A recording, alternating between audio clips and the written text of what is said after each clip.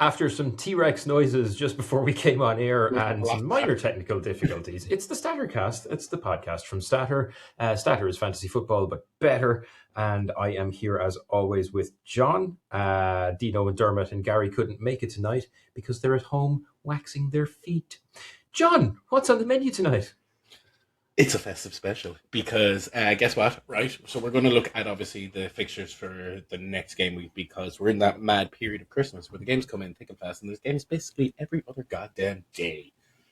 We're going to look at, I did this beautiful article, if I do say so myself, and I do say so myself, but it's a beautiful article. It's the best article. It's a fantastic article. We're going to make football great again.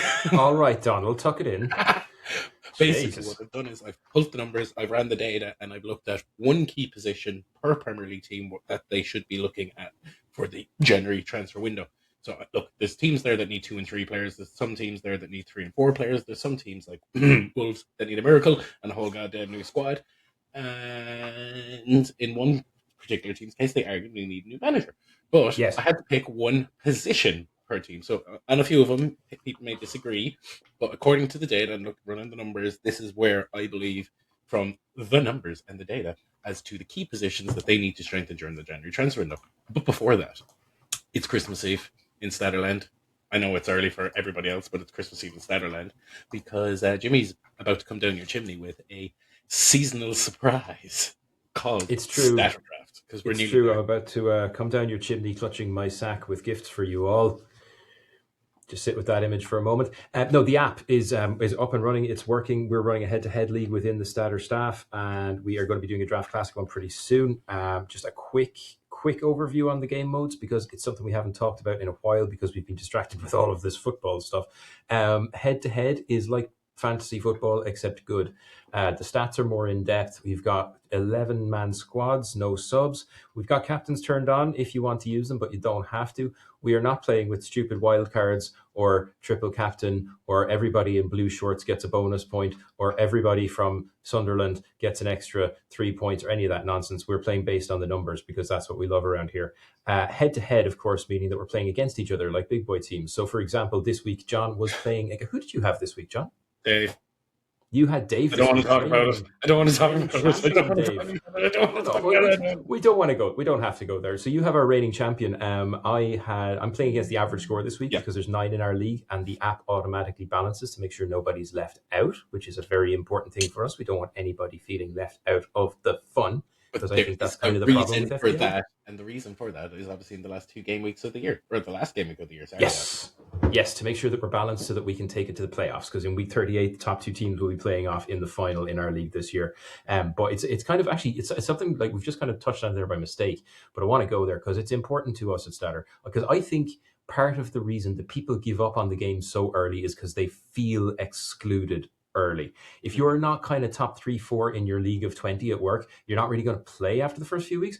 And I think that feeling of like, okay, well, this isn't for me, that's something that's like a core principle, for want of a better term, for us, is to make sure everybody has somewhere to play and you can enjoy it all year round. So with our head-to-head, even if things aren't going well at the start, you can pull it back late in the season, as everybody does every year, except me. I dominate all year and then finish second because everything sucks. Because I'm no good at this. The finals via playoff and end up winning the whole goddamn fucking thing. What's beautiful about our game mode, our game in general, is that we have 2 different modes. We have the Draft Classic, which is what everybody kind of gets. Here, pick your team, draft style, you get a bench. Your subs get half points in our dynamics. What it means is that it's just total points, shoot from the hip, total points wins, happy days moving forward. And then head-to-head is... I would call it like ground zero. I would call it the real deal. I would call it, it's 11 players. There's no subs, which means every week you're looking at your waiver wire. Every week you're looking at your trades. And what makes our game even better again is the customizable set. As Jimmy kind of just happened to breeze by there, you can have captains or not. You can have trades that can be reversed after a week or after a month. That's up to you. You know, we've got these kind of nice little cool customizable features like the bounce back, because that's a nice little throw out to the bounce back ability. We've got the captain features, but we've also got squad limits. So 3 defenders to 5, 3 defenders to 5 in midfield, 1 forward to 3 forwards in head-to-head. On Draft Classic, you need 1 of each position on the bench, and after that, stack your deck however the goddamn hell you Like, Yeah, so we've got straight in with there's a the heavy lot duty. in there. There's a lot in there that's not going to be familiar for lifetime fantasy football players, but at its core, it's still about picking the better players and making the better moves. What we're going to do over the coming months, and I'm not going to be doing that over the next coming weeks, but over the next couple of months, we're going to be producing a series of videos on this here YouTube channel, just so you can get a feel for some of the new features. I'll talk you through them step by step, show you what it looks like on the app, so you know what you're doing before your league kicks off, because we still got a little bit of time before we can get it to all the people. But yeah, we're going to be doing a lot of cool stuff that way, and it is already up and running. And John is losing his first game because he went on the internet and told everyone how great his team was. Ha ha ha ha ha ha. Na na na na na na. Curse of the commentator. No, but there's two things there, right? So the first things first. Where the app is at is like we're basically in this position now where we're just waiting on Google and Apple to say it's lovely, folks. Lovely Google, lovely Apple. We love you. You're our best friend. But we're just essentially waiting on them to turn it to flick the button.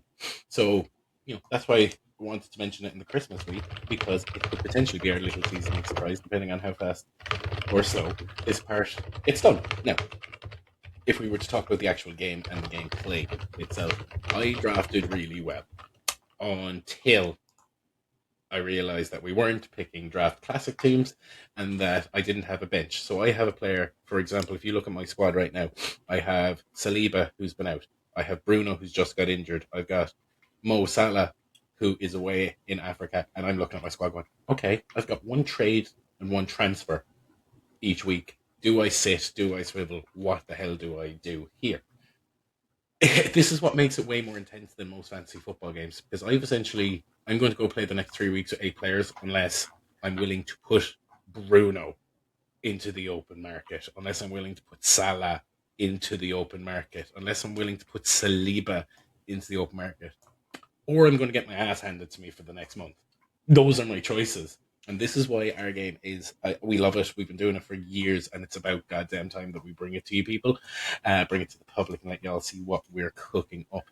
Because no team is going out to any Premier League game at all with 8 players, unless you're Spurs the other night getting 2 red cards in the game. 8. What the hell? What are they at? You know what I mean? This is what we're talking about. It's a deeper game. It's a better game.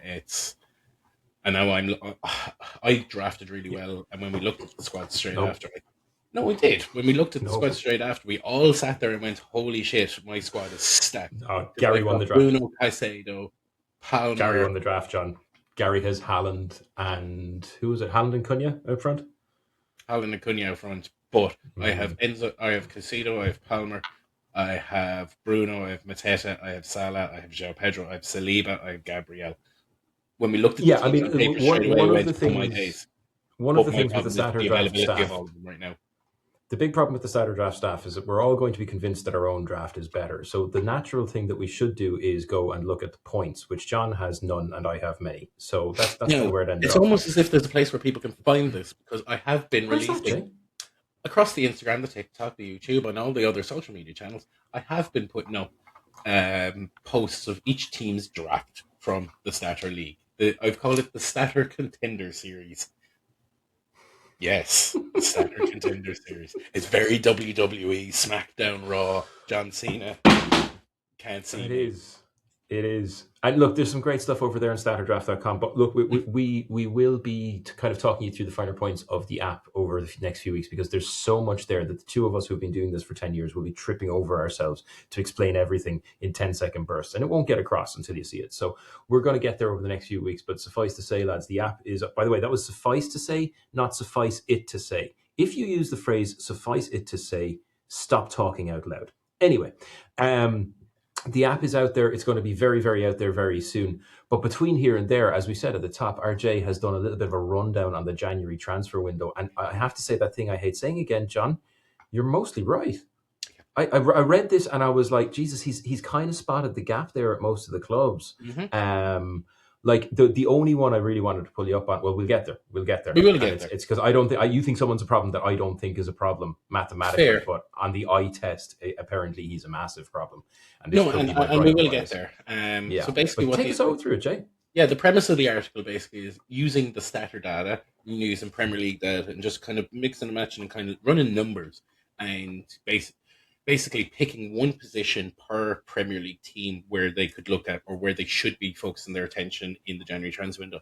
Now, on the most part, it's fairly similar to what you'd see in the media for a lot of teams. but then again, it's not, if you get me. So, if you don't mind me rattling off one of my personal favourites, Hit it. Arsenal, Gyökeres. So Arsenal have, up until, so this article was written just before the current game week, right? So Arsenal started the weekend with a 27.8, so let's say 28 rounded off expected goals so far this season. They've scored 30 so far this season, so they are basically +2 on their expected goals versus their actual goals. So they're creating an absolute bucket of chances. But their big, expensive focal point striker has only 3 goals so far, with a very low conversion rate. His conversion rate is actually in the bottom 10% of the Premier League centre forwards who've played over X amount of minutes so far this season. And Arsenal John, were... can I just ask, Yes. is that conversion rate of opportunity shot or shot to shot on target? Or shot shots versus goals. Shots versus goals. Okay, cool. Because I think it's worth pointing out with Gyökeres as well, right? I can already hear the screeching sound of Arsenal fans in the comments saying, "Oh, he scored last week," and he scored a penalty. 4 goals, 2 penalties. So yeah, two on there. 2 goals open play this season. His goals, apart from this weekend, came against Burnley, Nottingham Forest, and Leeds. This goes back to the numbers that I've seen when he played in Portugal when I lived over there, and I went to sporting games every weekend. That he would score against Braga, Porto, and Benfica in 8 games in that season. He scored 4, 3 were penalties. So he scored 1 from open play in a season against the other 3 good teams in Portugal. He scored 5 against like Rio Ave. So he's very Lukaku in the sense his numbers will stack. So from a fantasy football perspective, the games where they're playing bottom 5 teams, pick him. But from a team that's trying to win a Premier League, you need a more efficient striker. And I didn't say tank him. I'm not saying 6 months in, get rid of him. But what I am saying is, as a short-term temporary deal, Arsenal could do with a known quantity for 6 months if they're looking to get over the line. I'm going to half agree and half disagree with you, right? And this is just coming from numbers here, okay? In terms of playing him against, will he win them the league? No, he will not. He is not good enough in his current form. Maybe he comes good, but it's going to take time. But in terms of fantasy football asset, he has the worst of both worlds for a striker, okay? If you've got an out-and-out goal-scoring player like Haaland, you will find that some weeks they score a goal and do nothing else so that their points total isn't that high. Haaland's a bad example. Gyökeres does nothing else either.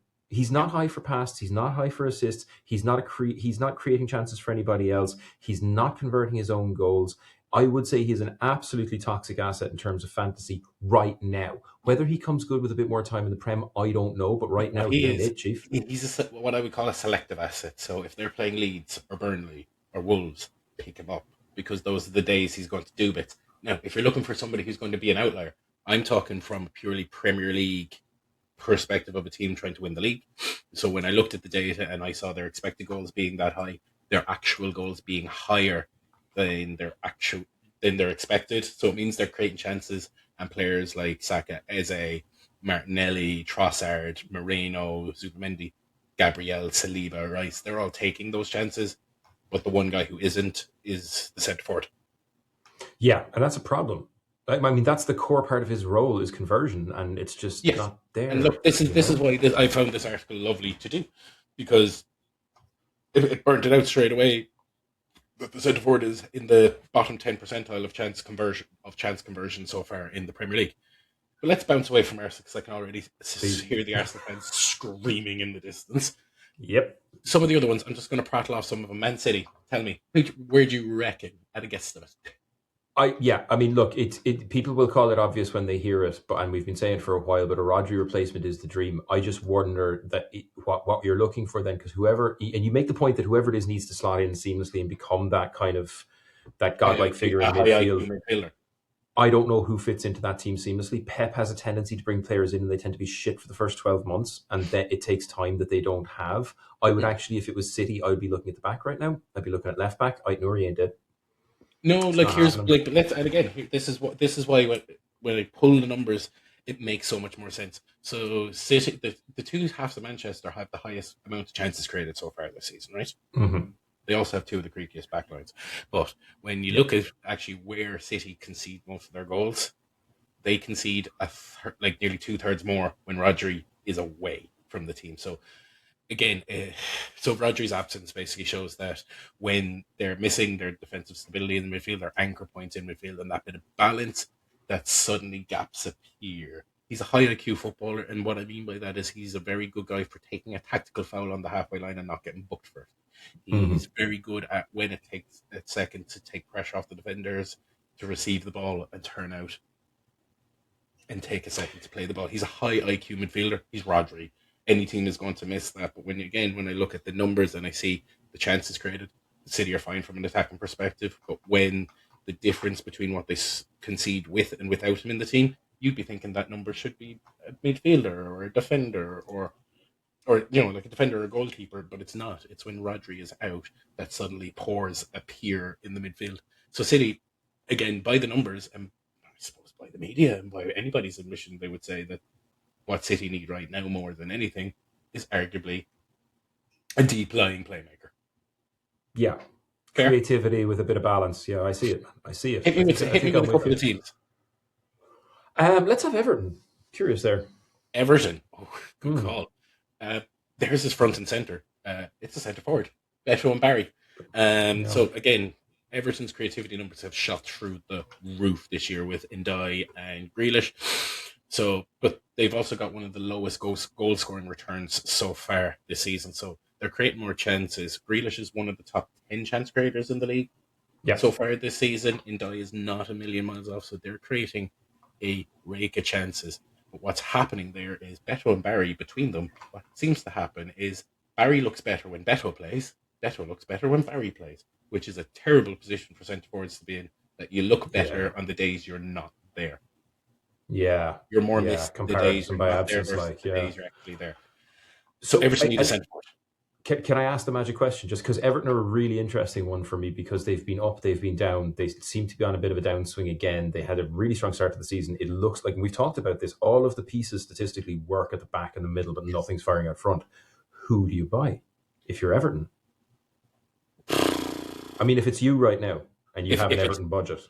If it's me right now on an Everton budget, there's one or two good centre forwards at the high end of the Championship who are already knocking around. You could also look at maybe a slightly more experienced centre forward, somebody who's been knocking around Europe in their latter years, like a Kasper Dolberg or like Brian Brobby, who went to Sunderland in the summer. He's been knocking around the likes of Ajaxes and stuff for a while. Somebody maybe a bit more senior statesman who's got a few battle wounds, not going to set the world on fire, like Dominic Calvert-Lewin, who obviously they let go in the summer because he couldn't maintain fitness. But it goes to show the difference of having somebody with that bit of quality. Barry should have been it. They spent a decent chunk of change on him in the summer. He could probably still come good. It's again, this is not like the way I want to frame this is like this isn't slating players, but it's what the data shows that what the team statistically most needs. And Everton statistically most need someone who can put the chances that Grealish and Ndai are creating into the back of the goddamn net. And I mean, it's never personal. Downward spiral. You said Everton's downward spiral. Downward spiral is because of chance conversion.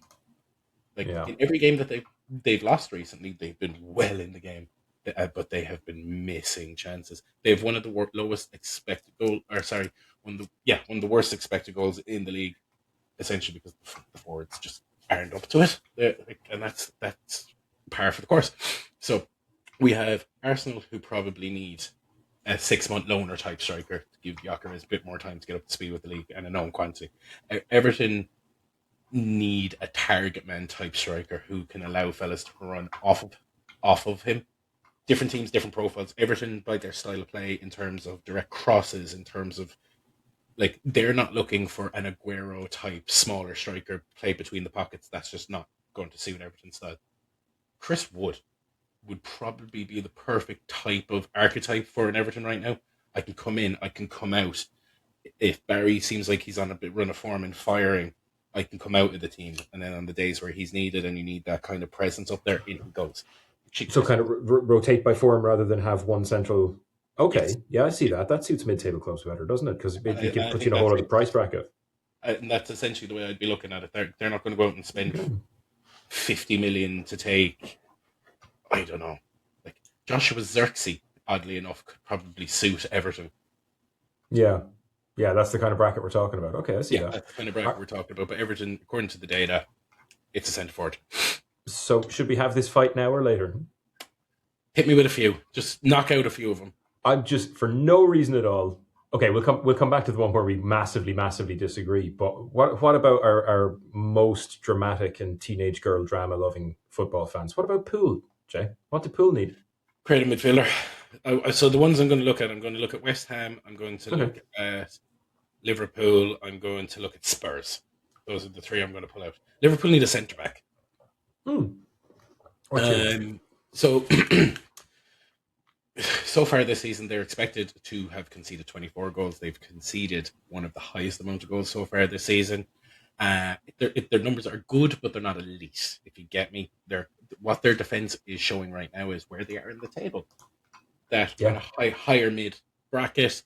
But in terms of chances created, they have created 196 chances so far this season. So chance creation isn't the problem. It's how porous they've been at the back.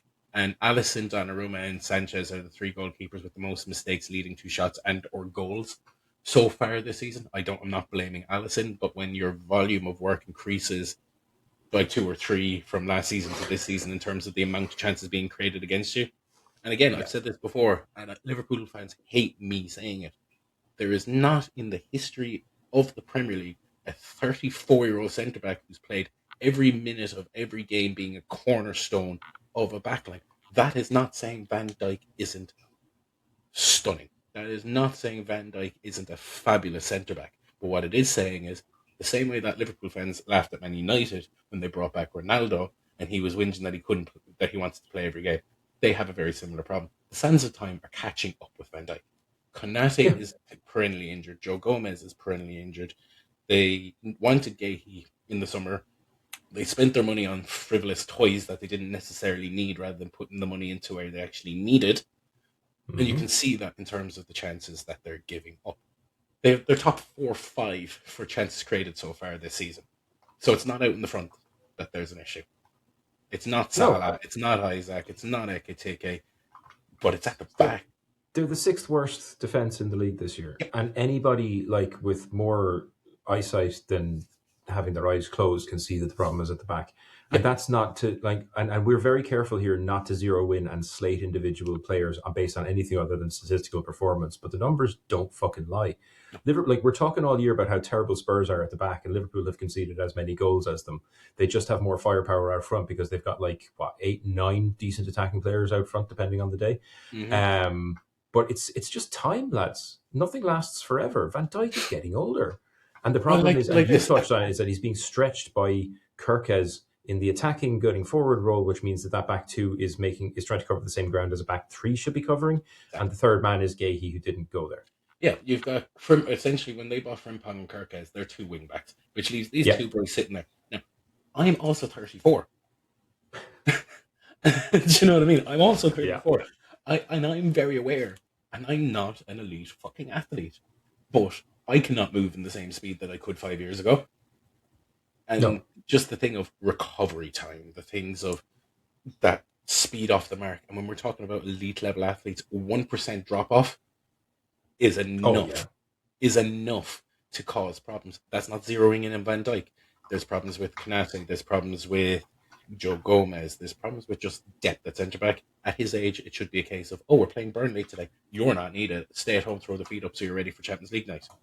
And that's how you get the best out of him consistently, is knowing when to rest and knowing when to pull him out. It's like Thiago when he was at Chelsea. He didn't play every minute of every game. He didn't. No. Do you know what I mean? They knew when. Or David Silva in his last couple of seasons at Man City. There's just, the age is a real thing. I know, I've got loads of it. I am not 34. I'm very old, but age is a thing. Really, data perspective, Liverpool are giving up more chances. Yeah. Backline is dropping deeper. The reason for that is that their key primary centre-back cannot physically cover what he could cover, and he doesn't have the same coverage around him based on the profiles of the players that they've signed. Now, does that mean I'm saying pull Van Dijk out of the squad when you buy a centre-back? No. I'm saying you buy a centre-back, and that way there's going to be days where it's centre-back A and Konate, or centre-back A and Van Dijk, or Van Dijk and Konate and centre-back A is on the bench. It's again, if there's plenty of defenders in the Premier League alone who I think Liverpool could and should be looking at. I would look at Mickey van de Ven would be a flyer in that Spurs back line. Gahey would be brilliant. I think they're looking at Gahey more because of English quotas, but Mickey Van de Ven is the perfect fit. He's fast off the ground. He's tall. He's strong. He'd be a threat in both boxes. And I think physicality-wise, he's the right fit. And the other one I'd look at would be Big Nathan Collins.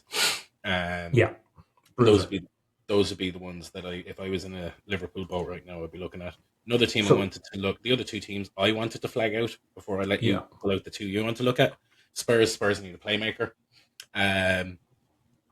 Their creation numbers are underwhelming, and a big problem with that. And it's not a problem against bigger teams because Bentancur and Paulinho are both outstanding midfielders in their own right. Paulinho is doing again what Paulinho seems to do every other year, and his tackle and recovery numbers are off the fucking charts. But the problem is what happens when those two guys in the middle get the ball.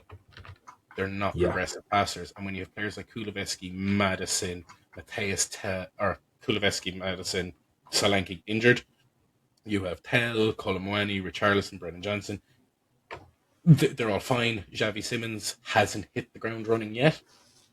I'm looking at it. Got sent off yesterday. It's not a 10 they need. It's not a 10 they need. It's an 8.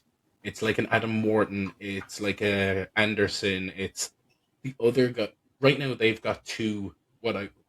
Jimmy, for your perspective, they have two Caicedos. Yeah.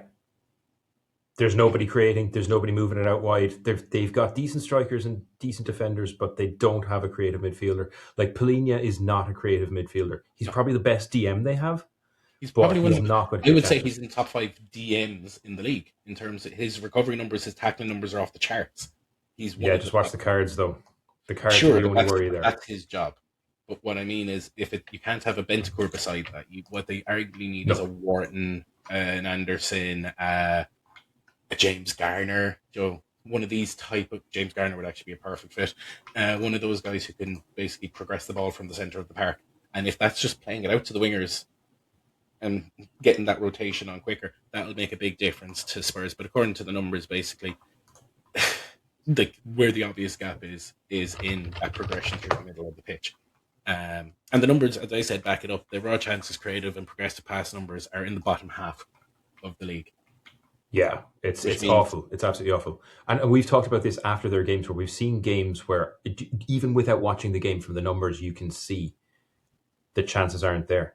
Conversion out front is great. The conversion out front is solid. And a man who I don't like saying anything about because he's a duck-faced goon, Richarlison, is really bloody dangerous in those 20 minutes where he comes on. He's the only man scoring for them. He's just not getting enough food.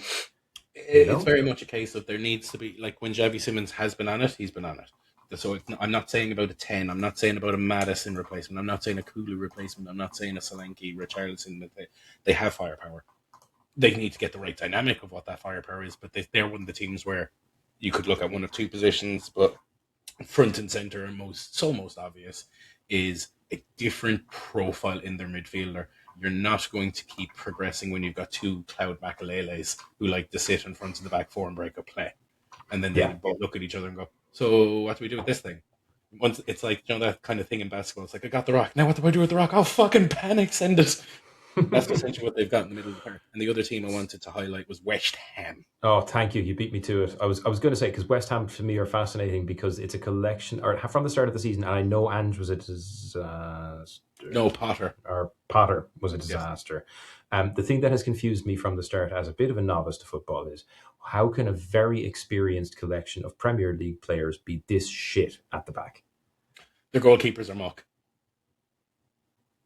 Tell me more. So do you remember the way I said in the summer that Man United would improve when they got rid of Onana? Yes. And that when Bayindir wasn't the goalkeeper? Yes. Because a goalkeeper who makes your backline shit their pants automatically brings the backline 5 yards closer to goal. It automatically means that the lads in front of him are less comfortable on the ball. They're more likely to rush things. And the more they have to rush things and the closer to goal they get, the chances then by proxy actually start to fucking increase rather than you think I have a bad goalkeeper, let's get as far away from our goal as possible, let's play up on the halfway line. But what actually happens is your defence starts to close closer to the box and go, we need to protect the goals. Yeah, I get it. So West Ham's expected goals against is expected to be 20. They've conceded 25, 26 as of now. Am I correct? It is a little more than that. It is 35. Okay, so before the point of writing this, they hadn't expected goals against a 20, and they had Mm. conceded nearly 30 or whatever it was. So, like, they're conceding nearly, let's say, for argument's sake, because as I said, these numbers are before this current game week was in play. So they've conceded nearly 8 more than they Yeah. should. Yeah. So And that's not just Areola. numerical. I mean, if you're looking at players who have in the past shown themselves to be really, really tight defensively, like your Max Kilmans, your Aaron Wan-Bissaka, who I still think is chronically underrated. Yeah. If you look at his tackling Malik stats Juff. and his interceptions in particular, Juff, solid. Mavropanos, Kilman, Wan-Bissaka, Paqueta, These are not bad players. These are not bad defenders. These are quality Premier League defenders. Go up to the midfield. Suchek's a brilliant player. And these guys, it's just not working for them. 35. So it's the goalkeeper is more, where it is. It's yeah. They spent money in the summer on Hermanson, who was bang average at Leicester. They have Areola, who hasn't been at it for a while. Since Fabianski kind of started aging out, they haven't really replaced that calm presence in the net. So what they need realistically is a goalkeeper of a certain standard. So if I was in their boat right now, what I would be looking at doing would be a loan deal for James Trafford, because he got shafted at City because they spent a fortune to buy him, and then Donnarumma became available, and I don't blame them for picking up Donnarumma. So if I was in West Ham's boat right now, I would be picking up the phone to a City going, you have a goalkeeper who wants to play in the World Cup this summer. Do you want to give him a place to play for 6 months? If you're looking outside of him, I would probably, again, go look at the two lads up at Newcastle and go, Ramsdale, I know you're on loan up there and not getting a sniff of ball. Do you want to terminate your loan and come here and become West Ham's goalkeeper? There's you can even go out to Europe. There's a couple of decent lads knocking around. Like, you could get someone with a bit of experience from Germany. There's a couple of good older senior statesman goalkeepers over there at the moment.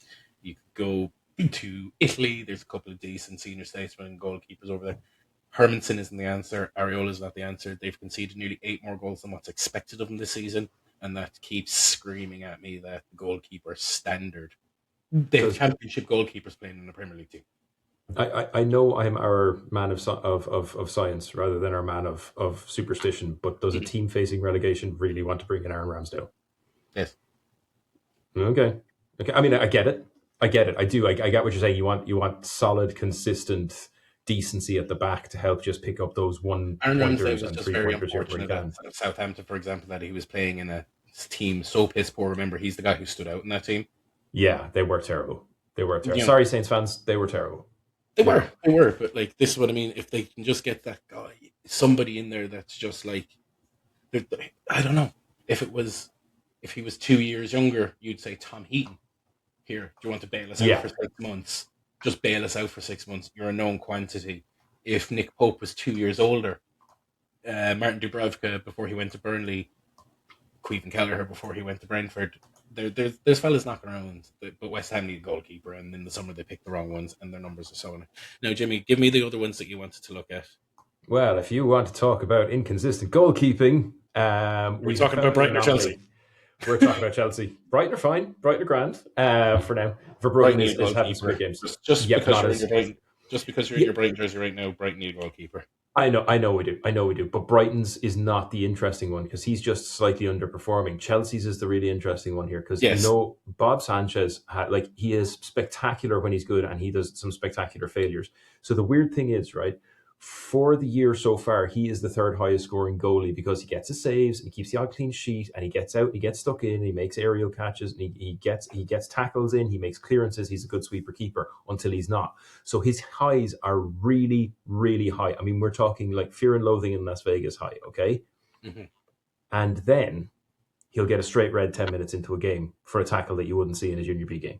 And it's just completely unpredictable. So he's actually really testing our system.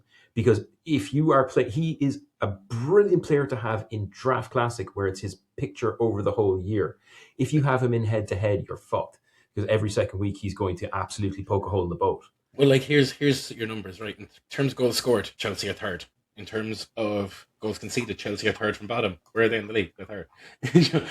They're kind of in exactly where they are in their table. They're kind of consistent across the board. Now, so when I was looking at Chelsea, I was like, right, where is the Chelsea problem? Because they've got a good squad. They're the team who I said at the start of this that I'd say arguably a manager, but for the purpose of the article, it's the common thread is a centre forward. Yeah, Delap is inexperienced. They don't have an experienced statesman out front who's over the age of 22, so they probably could do with that. But I said the bigger concern for Chelsea right now is probably arguably in goals, because since the start of last season, there is no Premier League keeper currently active. Preface that.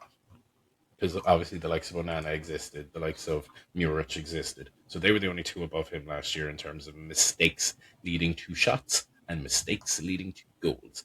Now, Donnarumma and Alisson are ahead of him this year. He's next. 1-1. Not crazy numbers, but I'm looking at this over a body of work. So over the last 18 months, he's the Premier League goalkeeper with the most mistakes leading to shots and most mistakes leading to goals. So if I'm looking at Chelsea's squad, they don't need anything in midfield.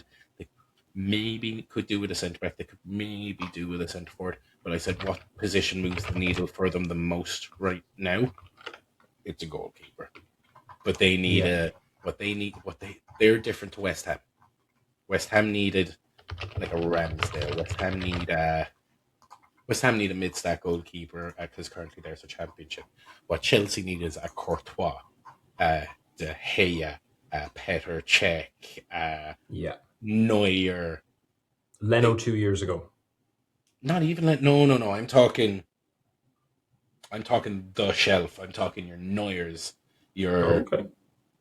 For Chelsea. Remember, this is a team. Cech, Courtois. Like that's their history of goalkeepers in the last 20 years of the Premier League. They need, if for Chelsea to go the next level, I think they need that guy in goal. Well, if they want to be a world-class team, they need a world-class stick man, and they don't have one. They've got world-class defenders. They've got world-class midfielders. I'm with you on the strikers. I think João Pedro not there yet, but and this is what I said. This is why on this I had to pick a position, and I was like, right, which one is the bigger problem for Chelsea? Chelsea arguably have the best goalkeeper in Premier League history in terms of Petr Cech. You could argue that with most clean sheets. That's just reality. For me, the top 5 goalkeepers in Premier League history is number 1 is Petr Cech, number 2 is Edwin van der Sar, number 3 is Peter Schmeichel, number 4 is Alisson, number 5 is Ederson / De Gea. I think it is very telling that you've gone for 3 United goalies there. I wouldn't be putting Ederson anywhere near that list. Edwin van der Sar had the most consecutive clean sheets. Petr Cech is number 1, Edwin van der Sar number 2, Peter Schmeichel number 3, Alisson 4. I think most people would have a variation of those 4 at least in their top 5, and then the 5th is up for debate. You can go back to a David Seaman. You could look at Courtois himself. You could look at De Gea. You could look at Ederson. I'm leaning on Ederson there because of what he brought to the league in terms of changing the goalkeeper position. But Alisson 4th, Schmeichel 3rd, Edwin van der Sar 2, Petr Cech number 1. That's my order. Yeah, there's a lot of Chelsea alumni that'll make that top 10, whatever about the top 5, and I see the point you're making. Absolutely, that that's not where they're living right now. Robert Sanchez is a bad goalkeeper. Put him in the West Ham goal. Yeah, boom, problem solved at West Ham. Yeah, because they can afford inconsistency. He's a good. He's like as you said, he's 3rd in our system this year because he makes saves. Yeah, he's busy, but the sweeper keeper thing drives me crazy as well, John, because I see so many goals coming from this thing of playing out the back, and I know the logic, and I know it's De Zerbi ball and all the rest of it. The longer it takes to go out, the longer before it comes back in, and it's like, yes, but if it comes back in that close to the goals, you're already half fucked. So the playing out of the back thing does not work for me when I see shitty teams doing it. I also think there's an unfair expectations these days on goalies to be good passers with both feet to maintain that. Yeah. And this which is why I wanted just to isn't naturally what they would have done for 20 years. This is it, and this is why I wanted to preface this Chelsea piece by saying Robert Sanchez is not a bad goalkeeper.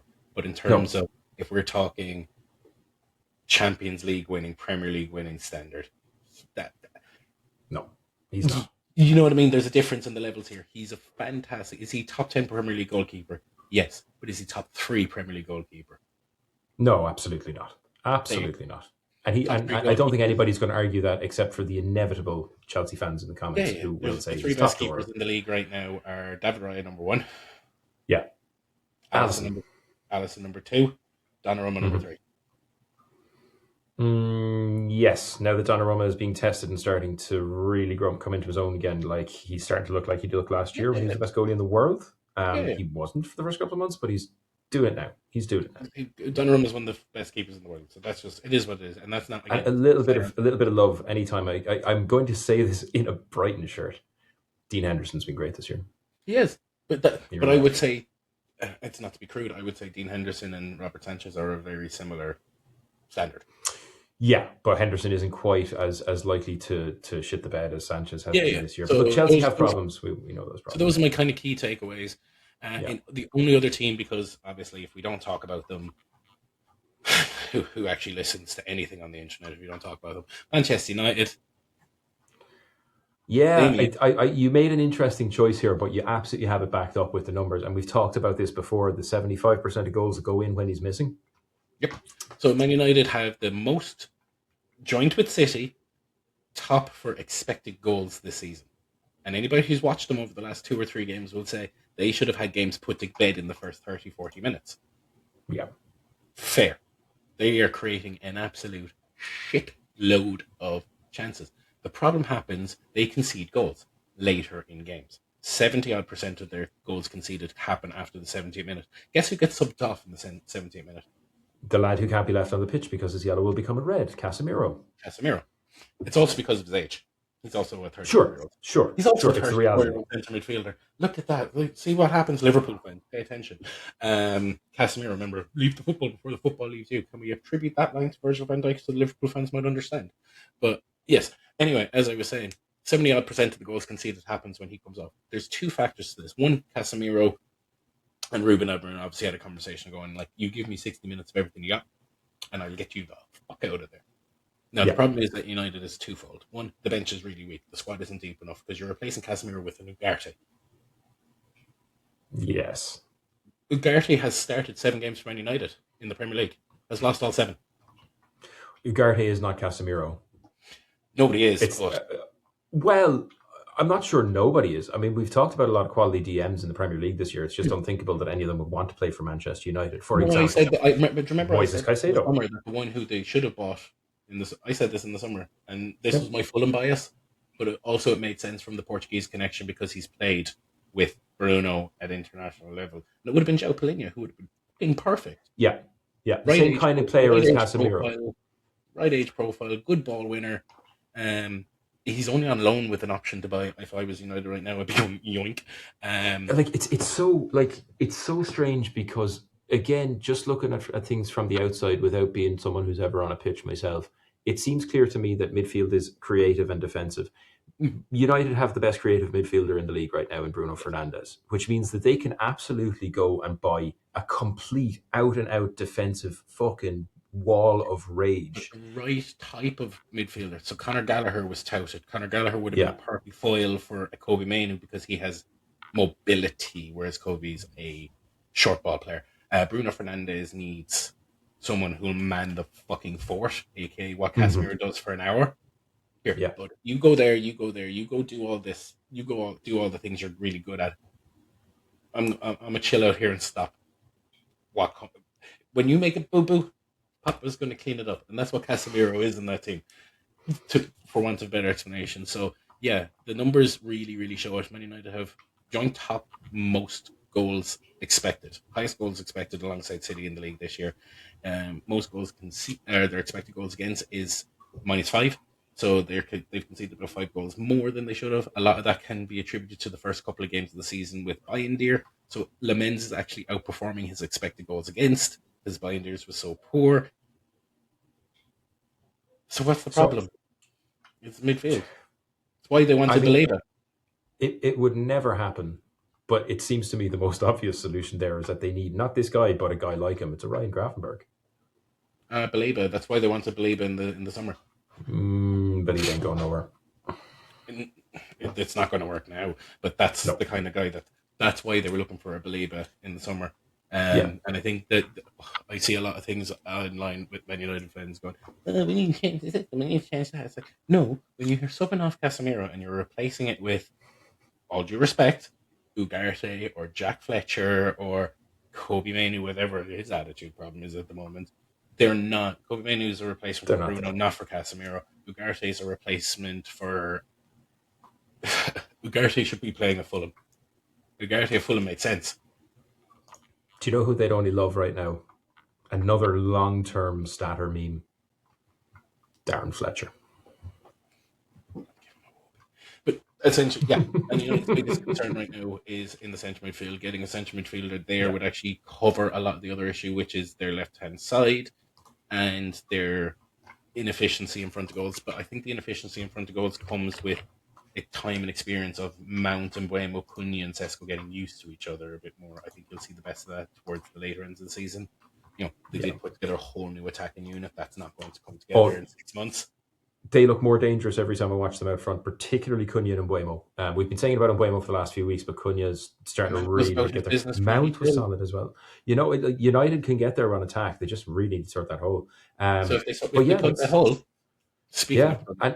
and if you've been listening, going, when are they going to get to my team? Don't worry, John already has, and you can read on every team in the Premier League this analysis, and it's over at StatrDraft.com. Yes, it is. Shall we have a little peek, John? We have a little look forward.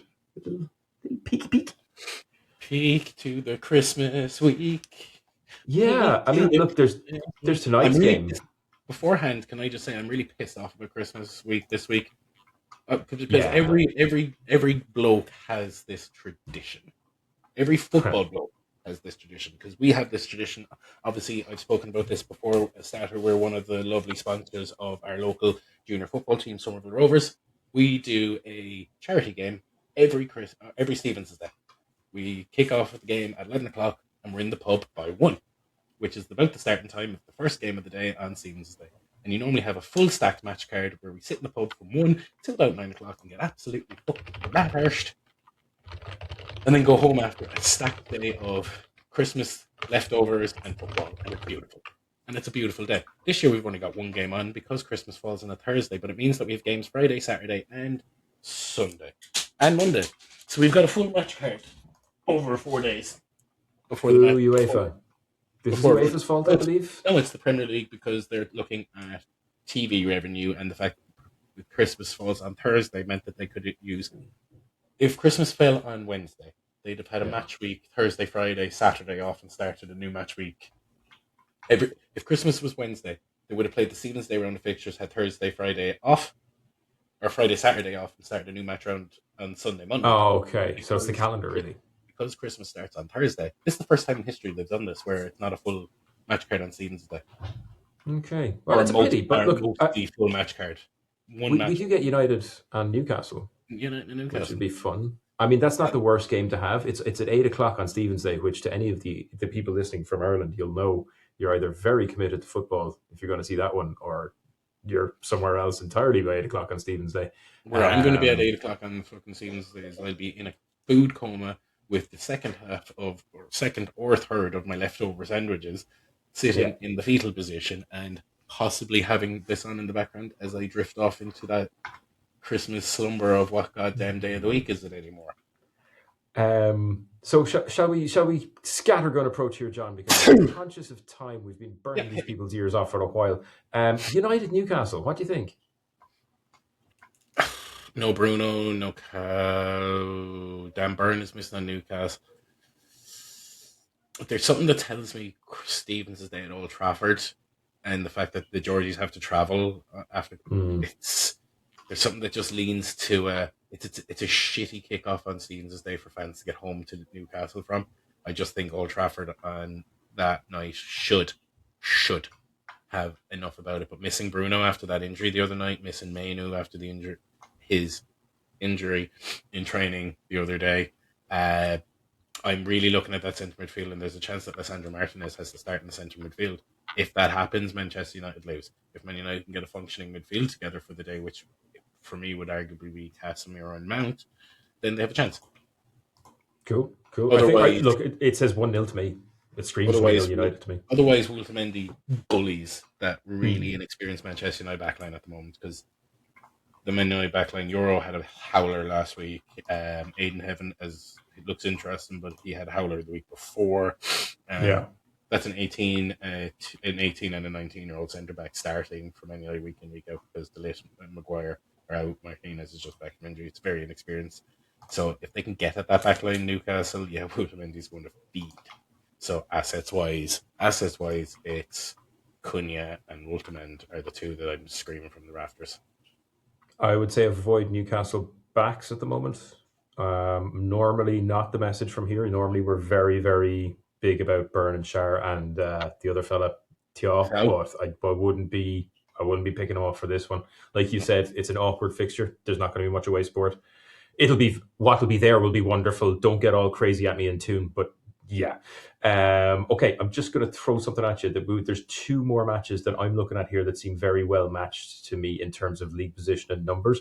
First one is Brentford and Bournemouth. That's on Saturday. The one you pull out. It's Brentford at home, so it's a Brentford win. Yeah, it really is that, isn't it? Like Bournemouth have completely imploded. They sold their defence at the start of the year, and now Semenyo's not doing it either. I know they played the game of the season there last week. Like, what a game! If anybody watched that, and Semenyo, but I feel like this is going to be Semenyo's swan song. I reckon he's gone the week after in January. I reckon he's an January transfer sale. I think Semenyo going in January could be a major death knell in Bournemouth's coffin and could see them slide. But Brentford don't really lose at home. Do you remember at the start of the season I said Bournemouth would go down? I just want to replant that seed now. Just before. Yeah, do you know what? It was looking really hairy for the first 5-6 weeks of the season, but it's starting to look plausible again. Yeah, and I kind of feel bad for them because 2 or 3 times this season they've been in that like 7-goal thriller or 6-goal thriller. Just they haven't won anything. Their form is shocking. Yeah, their form they can't overcome. They've the third worst form in the Premier League behind Wolves and Burnley. Yeah, and at this point, Burnley have slipped into that position where it's a given. You know, put it like this, right? They're 14th in the league right now, right? They're a point ahead of Fulham, who are playing right now. You've got Bournemouth's form is loss, draw. Whereas beneath them, Fulham have win, loss, win. Leeds behind that have loss, win, draw, win. Forest behind that have win, loss. And then you're looking at the teams in the bottom three of loss, draw, loss. West Ham, Burnley, 4 losses on the bounce and the draw, and Wolves, obviously, they're irrelevant. So, but they've got the form of the bottom three right now. And Brentford at home, Brentford are a point ahead of Bournemouth. A win there gives them a 15-point swing on the bottom on the relegation. That puts them safe. They're not getting dragged back into that. But Bournemouth could, Leeds, anything from Leeds down is in it, and Fulham need to really look at their transfer window. Yes, Fulham have enough about them to be fine, but they definitely need they do. They do have enough about them to be fine, only because the teams below them have far less. I think Forest come good. I don't know about Leeds. I don't know if it's just a streak. I'm hoping not because I have DCL. What'll happen there is they won't pick up enough points over this purple patch, and then that'll take wind out of the sails of going, Jesus, we played the best we could and we couldn't get anything out of it. So can we talk about what is undoubtedly going to be the most hyperactively fun game of football across the whole Christmas season? Sunderland Leeds? No. Chelsea Villa. Sunderland Leeds is going to be way more crack to watch.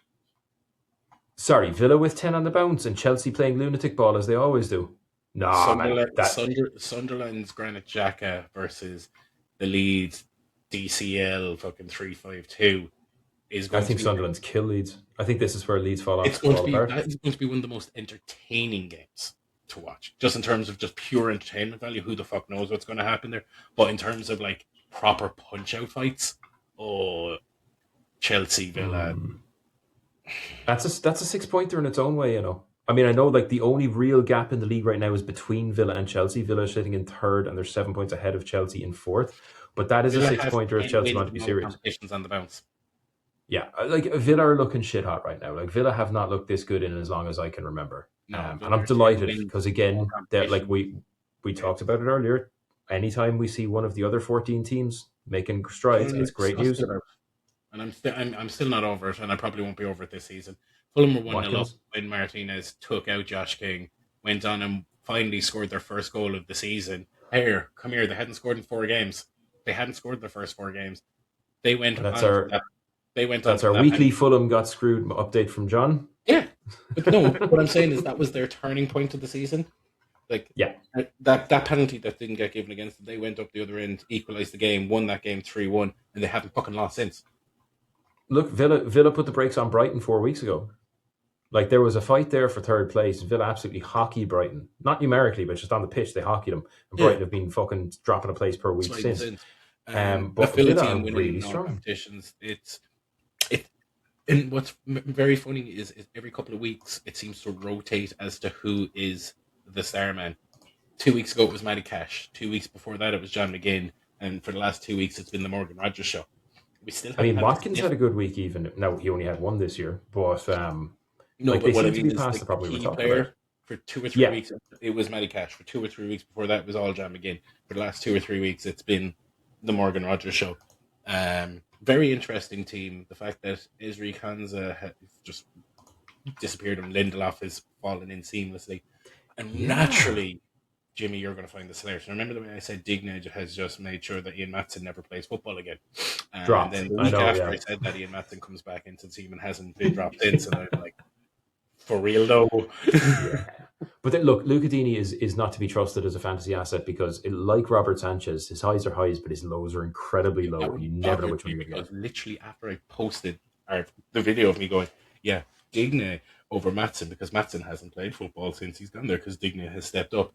And the very next fucking game, Matson has been since. And now Matson is as nailed on as the son of a single mother in Palestine who got tried as executed as a criminal by the Romans and I will say this though, that's the game that Chelsea win. That's maybe. No, remember the way I've said this before about that Chelsea team, where they'll screw up. It will be when they play like the Leeds, because they have this weird ego swagger about them, and this is my issue with the Maresca thing of they had 7 bookings in the game last week against Newcastle. Oh, we can't do Maresca now, man. We've been on for way too long to go into the Maresca. I'm not going into I promise we'll do it soon. But they had 7 yellow cards last week, and one of them being the manager. They're disgrace.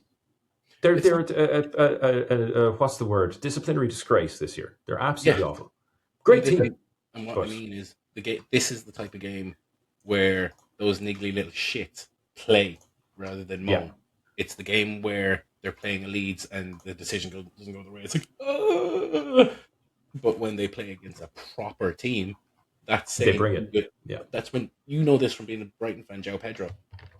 Yeah, if he's not getting his way, there's 2 ways that goes. He either lashes out and gets sent off, or he goes, "Give me the ball," or he bangs in 2 in the last 5 minutes. Yeah, that's exactly it. Like, maybe this is that. Maybe that's the one to watch this week actually, because in a game of attrition between 2 high-performing teams, an impact sub like Pedro could be massive. Could be absolutely massive for points. This is actually do you know what? I'll say it. This is the week you bring on Pedro. It doesn't make any logical sense if you're watching just football, but I think it works. And last week was the first and 8 that I benched him, so naturally he scored. So again, the João Pedro train is running. But if you really want a proper asset there, the guy who has not had any column inches written about him this season because he's been injured, Cole Palmer.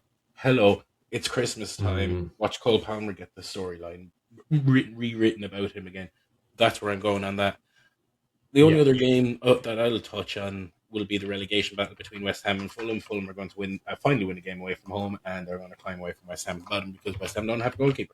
Liverpool are going to smack the living shit out of Wolves and remind everyone. But would it be funny if they didn't? I mean, it's not going to happen, but it would be gold. It would be very funny, but they won't. Arsenal are going to smack the living shit out of Brighton first.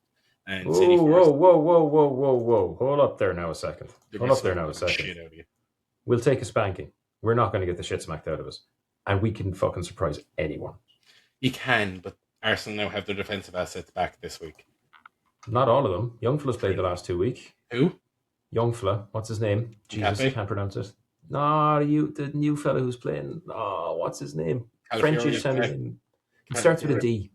Calafiori's back, Timber's back, Gabriel's back, Saliba's back. They're all back. Oh, they're all back. Oh, shit. Back. Okay, well, that's not great. Forest, I reckon, could be the type of direct system that will trouble City, like we said the last time. Sunderland Leeds is going to be a cracker of a game, and the game nobody cares about will be the late kickoff on Sunday, which will be Palace Spurs, and it's just not going to be an interesting game of football. Hincapie, or Hincapié, I don't know how it's pronounced, who's been playing at the back for Arsenal, been good for the last 2 weeks, but presumably he can go straight back for any point. I guess that's pretty much us for the week. I need to say something important, though. Something really, really important from everyone at Statr, because we forgot this last year. We won't be talking again this side of Christmas or Kwanzaa or Hanukkah or Festivus or Heathen Bosco Fest or whatever the hell you're having on the 25th of December.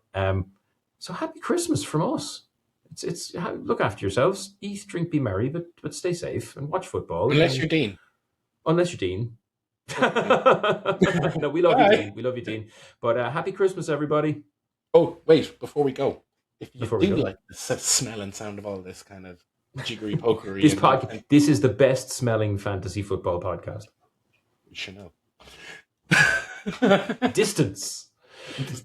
Yeah, no, look, StatrDraft.com, StatrDraft, like, essentially with the waiting list kind of shenanigans right now, if you're not on the waiting list, please just do it. Like, the app will be ready in the coming kind of soons. Don't want to give a date on that, but what we will do is, if you're not following the socials, please do, and there will be an update very, very soon as to that. So just keep an eye on the stuff. If you want to read some of the cool articles, head over to the site. If you want to join the waiting list, head over to the site. If you want to just send us a message and tell us why we're wrong, hit up any of the videos on our social media channels. And as the Statr Contender Series images are getting put out over the social over the next week, I would like to hear your thoughts on who has the best goddamn team. It's me. It's always me until it's not.